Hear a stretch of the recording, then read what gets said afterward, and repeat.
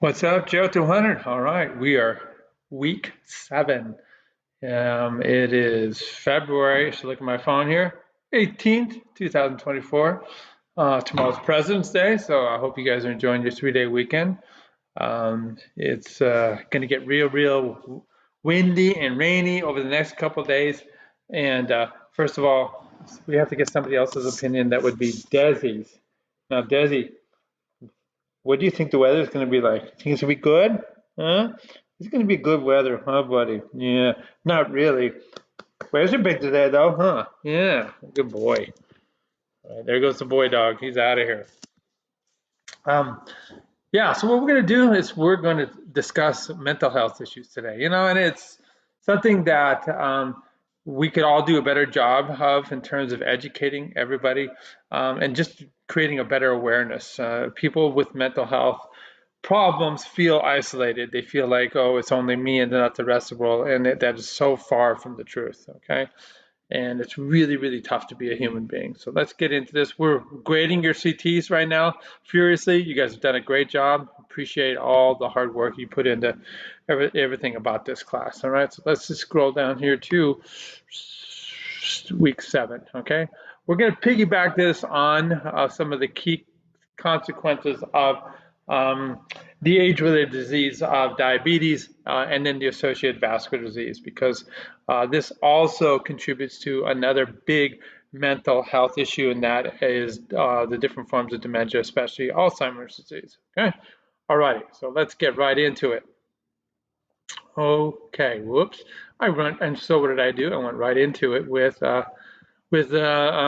diabetes. We'll get right into it here with mental health issues and aging. Alrighty, guys, we'll scroll down here. So basically, what we have going on here in terms of the quiz, I'm going to scroll down here.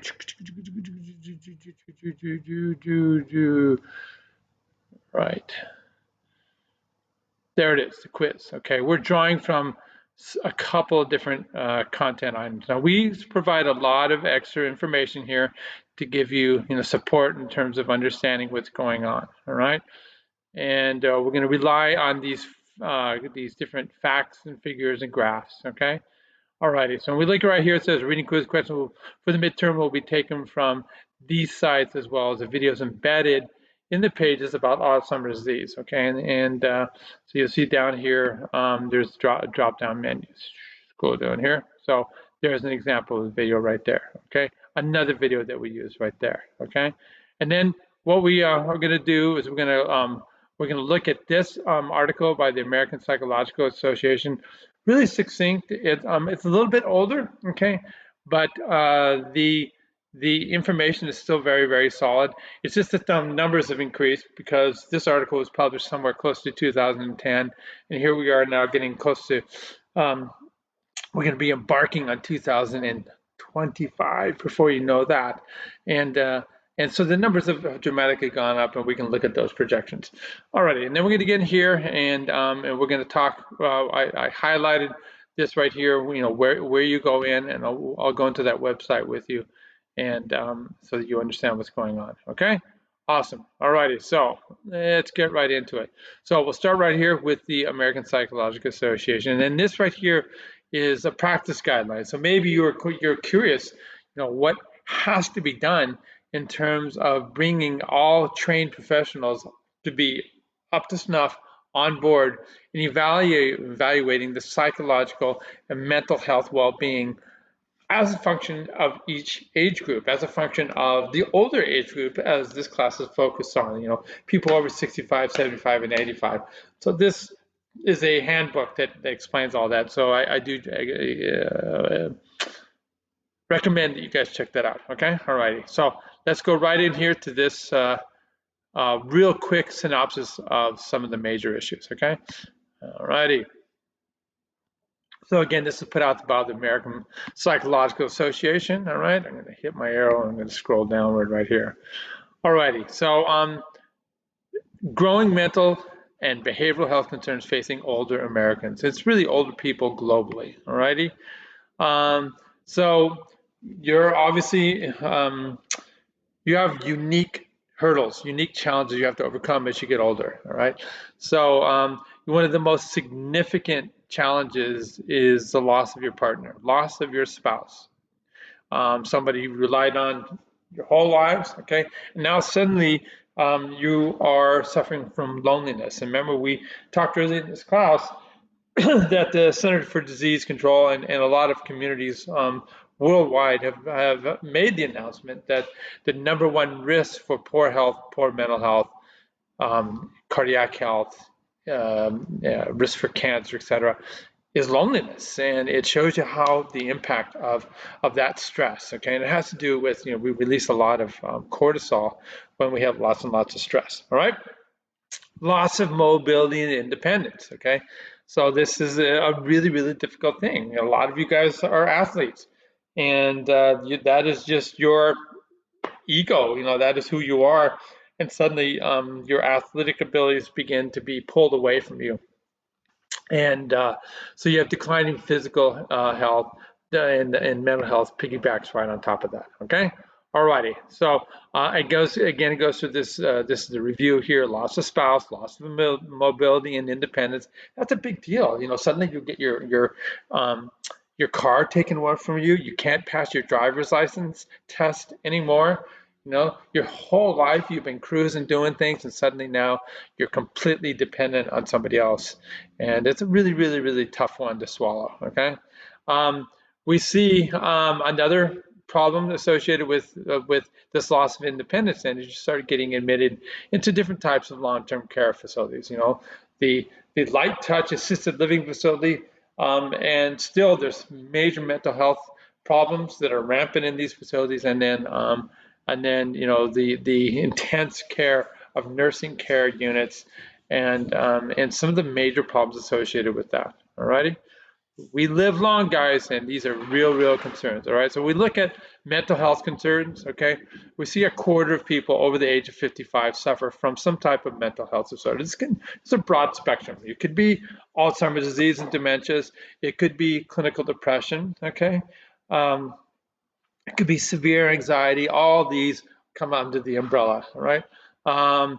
Even though we see a quarter of people are suffering from this, okay, we see that there is a stigma associated with it. That's only 3% of older adults ever report going to see a trained healthcare professional, a psychiatrist or a psychologist to get assistance in overcoming their mental health problems, okay? So we completely underutilize mental health services, all right? Again, it comes a lot down to access. It's part of it is stigma, part of it is access as well. We don't have enough psychiatrists, and we really don't have enough psychiatrists and psychologists that are trained to be specializing in the unique issues that older Americans face, and older people worldwide face. Okay, so and coordinating services, and that's what this is all about. Okay, alrighty. So we need geriatric mental health professionals, and yeah, maybe that's something you guys can do down the line. We really, it's something that needs to be part of our discussion of where we can improve as a society. We need far better access for people your age. You think about, you guys are at the peak in terms of the first onset of mental health issues, and how all has to do with the late development of the front part of your brains. And USC could do a far better job. And just the fact that you don't have quick access to a mental health professional at USC is a crime. And then it comes down to costs too. A lot of psychiatrists won't even take health insurance anymore, and so it becomes completely 100% out of pocket. So it's tough. Mental health problems can cause serious health issues in the rest of your body. Immune decline, cardiac problems, susceptibility to infection and pain because of the immune dysfunction, really, really slow recovery from surgery, because that's what your immune system does. It's all about repairing the body. So fear, distress, anger, stress, these all cause immune system decline. Social support and being able to find your inner relaxation have been shown to improve cardiac function, and immune function. All right, so we look at across the board here. We see that as many as 20% of older adults and up to 37% of nursing home residents suffer from clinical depression. All right, there's two different sides to this. Okay, you can have a genetic predisposition. Okay, or you can have traumatic life events that will precipitate this. You get a brain reorg when you have a traumatic life event that will then precipitate clinical depression, where you have this inability to enjoy life, where you have a feeling of worthlessness.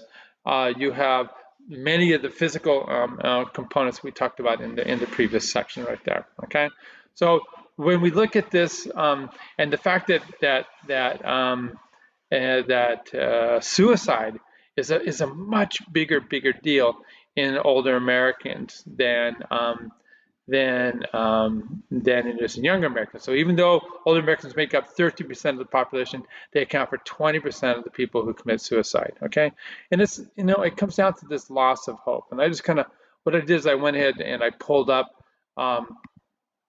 some of the pertinent information so we could visualize this. Okay, so we can scroll right here and look here at the National Institute of Health website. Okay, and I'll go back and we'll look at the actual Google search elements that I use to find this information. This is a table version, and I'm all about figures. And we scroll down here, and we see right here that suicide rates by age group. Okay, and we see that as you go from 10 to 15 to 24, you see this big jump. Okay, has to do with brain development in this age group right here. But you see that again, the highest age group is over here, over the age of 75. Okay, mostly men. Okay, and men, it's our testosterone that will actually drive the act. And we see that there is a big male domination in terms of committing suicide, and it is a combination of having clinical depression, and then the male hormone gives you more activation of this kind of anger, despair side of the brain called the amygdala. It fuels it, and it drives you to, sadly, these types of behaviors. Okay, awesome. Let's go back here. All righty. So we need to have this awareness, okay, that is a big deal for older Americans. 3/4 of older adults who committed suicide have seen their physician in the past month, and we now have this new culture when you go see doctors that they have a number of key questions that they will ask. Okay, all right. So that's part one, depression being the biggest one. There are other mental health issues as well. Okay, bipolar disease, schizophrenia. Okay, those creep in at an early age. They're less likely to be a new onset, okay, when you get older. Speaking of which, when we look at clinical depression, we can go over here, okay, and that's a separate issue right here. Here it is right here. So this is, I looked at clinical depression prevalence by age. Prevalence is like how many people have it right now. Incidence is the increase in number, okay? So when I did that prompt, okay, and threw it into my search engine, and this is what I got, okay? And it's our, hey, remember that? Our World in Data, okay? World in Data is an amazing, amazing website, okay? So you can scroll down here, and this is the meat and potatoes that I wanted to look at. So you can see here across all age groups, women outnumber men 2 to 1. Estrogen is different, okay? It changes the way you perceive the world, alrighty? And we can go on and on about this, but like I said, when it comes to suicide, it's the testosterone that gets it going on. We can look at here and previously reported an episode, but have now forgotten about it. So these are people that have had depression throughout their lives. All right, and see, this is greater and greater and greater. Okay, in terms of the questionnaire that was asked. Okay. People that had depression, and that's the purple right in here, okay, and recalled it, and people recalled an episode in the past year, all righty? So we see as a function of age that the episode of depression does go down with age, okay, but there is a carryover, okay, from throughout life, all right? So anyway, so this is the way it all kind of plays out in terms of the numbers. All righty, cool. Back here, Alzheimer's disease is the next one, okay? And we see that 7%, that's a high percentage, guys, of Americans over the age of 65. 30% of the age of people over the age of 85, okay? So with each decade, you're doubling the likelihood of having Alzheimer's disease, all right? And Alzheimer's is the most common form of dementia. There's a lot of overlap. Lots and lots of little mini strokes causing what's called vascular dementia. It's a gray area. In fact, we're finding more and more that the inflammation that happens when you have mini strokes, the very same process, inflammation, may be underlying what we call Alzheimer's disease, okay? And so like I said, this paper was over a decade old, 12 million people, and right now we're at doubling the number of people with Alzheimer's at 22 million people. That's a huge, huge burden, and we're going to talk about that later on, okay? So we need people that are gerontologists, that are psychologists, that are going to help us, guide us through all this, okay? We can look at substance abuse, okay? Another psychological issue, okay? That is a self-medication risk with clinical depression. And when I was going over here, I was kind of looking around here, and this is drinking as a function of age, okay? So people that use alcohol, again, binge drinking, this is right in here in your age group, okay? And that's because of what you do when you're younger, your frontal lobe's developing. It's all about discovery, okay? It's all about severing the ties with your parents and becoming independent, and that's associated with risk-taking, and risk-taking in our current, not only U.S. culture, worldwide culture, is associated with alcohol abuse. So alcohol is readily accessible. It's also readily accepted as something we do, and so herein lies the problem, all right? But we do see that there are even out here in older Americans or older people worldwide, that a significant percentage of 5% do binge drinking. Okay, and if you do this over a lifetime, it can have detrimental impact on your overall health. Okay, alrighty, cool. Let's go back to our article. Alrighty, so it's something to definitely be aware of. And what we see is that again, it's a stigma. People do not seek out assistance.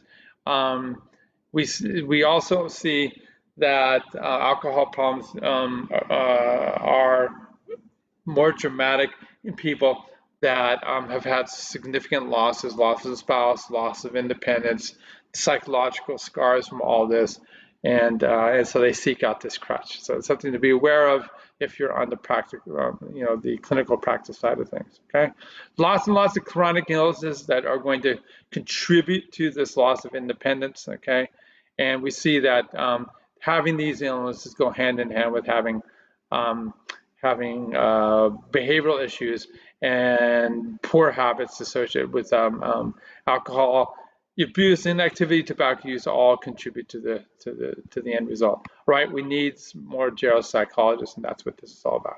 All right, cool. Alrighty, guys, let's go back to our homepage here. And so the second issue here is looking at Alzheimer's disease. This is one thing that we all have to remember. So we talked about diabetes in the previous week's lecture. Diabetes is a genetic predisposition, but associated a lot with lifestyle. So if you have lots of purposeful activity and exercise, you make the decision to eat a healthy diet, okay? You also make the decision to surround yourself with supportive people and supportive life practices, okay, to reduce your overall stress. All this is going to lower your risk of developing diabetes. And this later part of diabetes, this age-related diabetes that I'm talking about, has to do with insulin receptor insensitivity. So stress hormones destroy insulin receptors function. If you are chronically ill, okay, with inflammation, that destroys insulin receptor function. And if you're morbidly obese, free fatty acids that get released from fat cells also create insulin receptor insensitivity. So across the board, we look at who has Alzheimer's disease. 80% has either full-blown type 2 diabetes or are very close and have been diagnosed with pre-diabetic with insulin resistance, okay? So that's something that you definitely should consider, all right? Okay, so to review what's going on in Alzheimer's disease, what we want you to do is go to this website, and there's lots and lots and lots of different topics, okay? We see here there's different types of, so here you understand the different types of dementia. We want you to look at this one right here, and then really importantly, we also want you to look at this right here, the fact sheet of what causes dementia. And these are all just hot links that take you different points in the article. And as you scroll down, it goes through, what is dementia, the plaques and the tangles, how it affects the brain, what are the signs, okay? The staging of Alzheimer's disease, mild, moderate, and severe, okay? The causes. This one focuses in on the kind of the scabs, I would call them, develop in the brain, little mini scabs. It's actually proteins that glob together that choke off nerve cell function and then cause cells to die off. But that's only part of the problem. Now, the other big part of the problem is the inflammation that happens with diabetes. All right. So this is the video that you can watch right here. Some of the rare genetics. Okay, less than 5% of the cases are an autosomal dominant, meaning you're going to get it. And then there's another part that's 40% that is what we call an autosomal recessive. That was looking for that right here. That means you just the genes give you what's called a risk for getting Alzheimer's disease. Yeah, so these are the absolute really bad genes to get right here. That if you get it, you're going to get it. You're going to get Alzheimer's disease, and this is the risk gene. So it's just this one couples with lifestyle. Also is a risk for diabetes as well. So that's no big surprise. Okay. All right, cool. So that's what you're going to look for in there. Beautiful, guys. All right, so this is the stats, okay? So you watch the video on some of the epidemiology, the statistics, okay? This is that same video I showed you before that looks at some of the pathology that you're going to see in the brain. This goes back to depression. This is the first occurrence of depression. So I showed you that earlier when we were looking at our world in data. Just because this is the first occurrence, if we were to look across the board of how many people have had depression in their lives, we'd see that it'd be something up in here, okay? Alrighty, we look at suicide rates, and again, people over the age of 75 are much more likely, and we ask ourselves, which sex is this? Again, this is dominated by men compared to women, okay? And there we are right there, okay? Same story that was showing you earlier.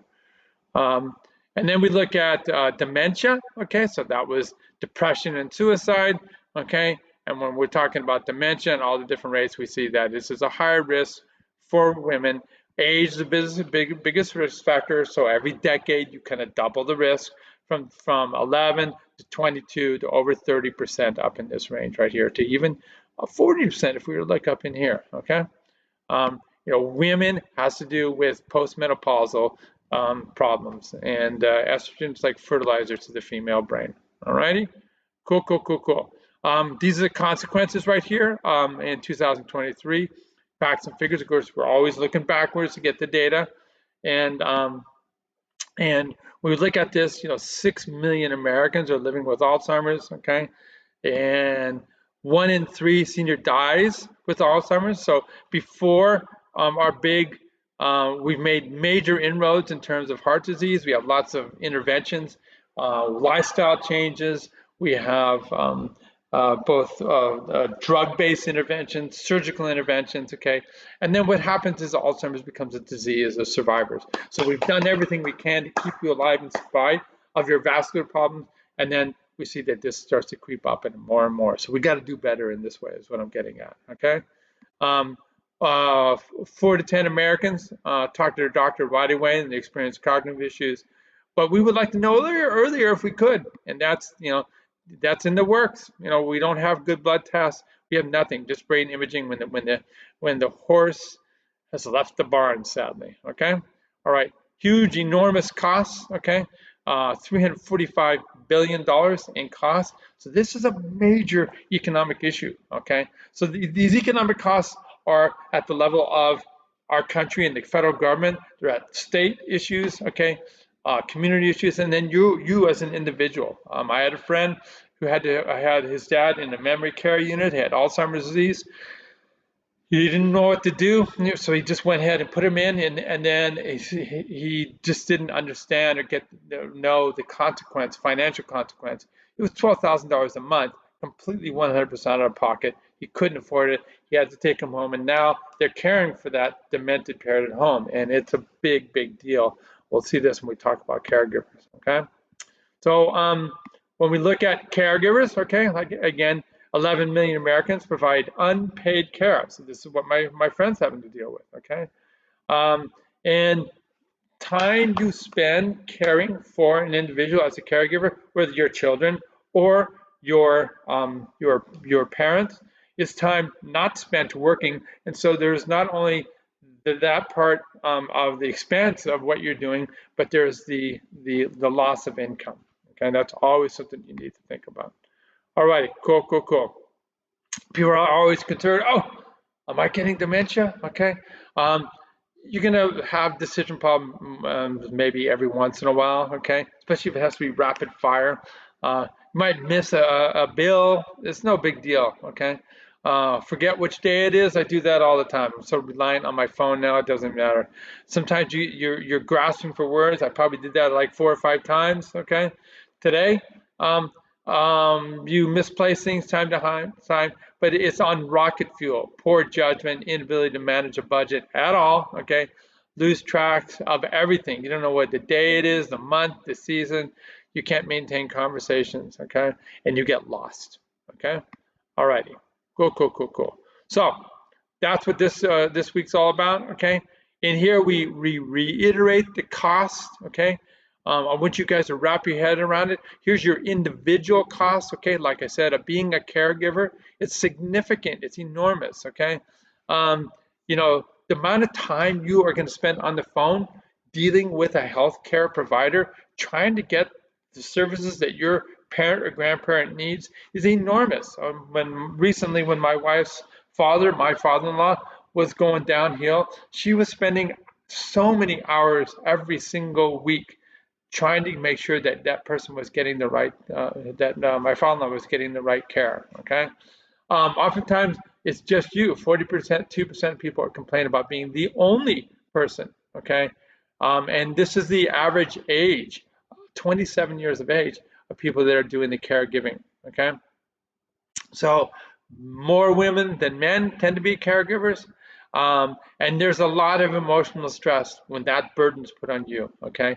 And it causes health problems for you, financial problems for you, having to do all this caregiving. So it's really something that needs to be resolved, okay?